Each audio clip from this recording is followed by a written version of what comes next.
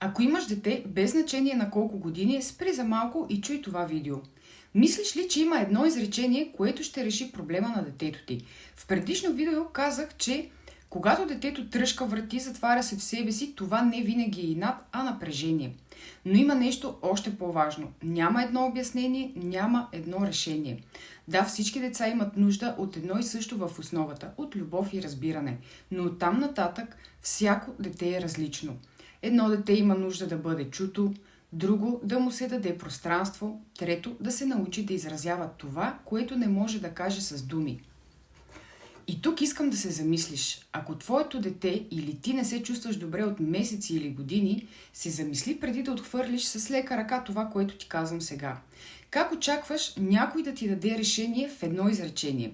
Защо си мислиш, че има вълшебна пръчица? Аз не давам бързи отговори. Първо слушам, задавам въпроси, разбирам чувствата на детето през теб. Без да знам как ти виждаш нещата, аз няма как да ти бъда полезна нито на теб, нито на детето ти. Защото без предварителен разговор всяко решение е насляпо. Много майки ми писаха и когато им кажа, че първо трябва да се чуем, те изчезваха, а някои направо ме блокират. Ако искаш истинска промяна, започва с разбиране, не с бърз съвет.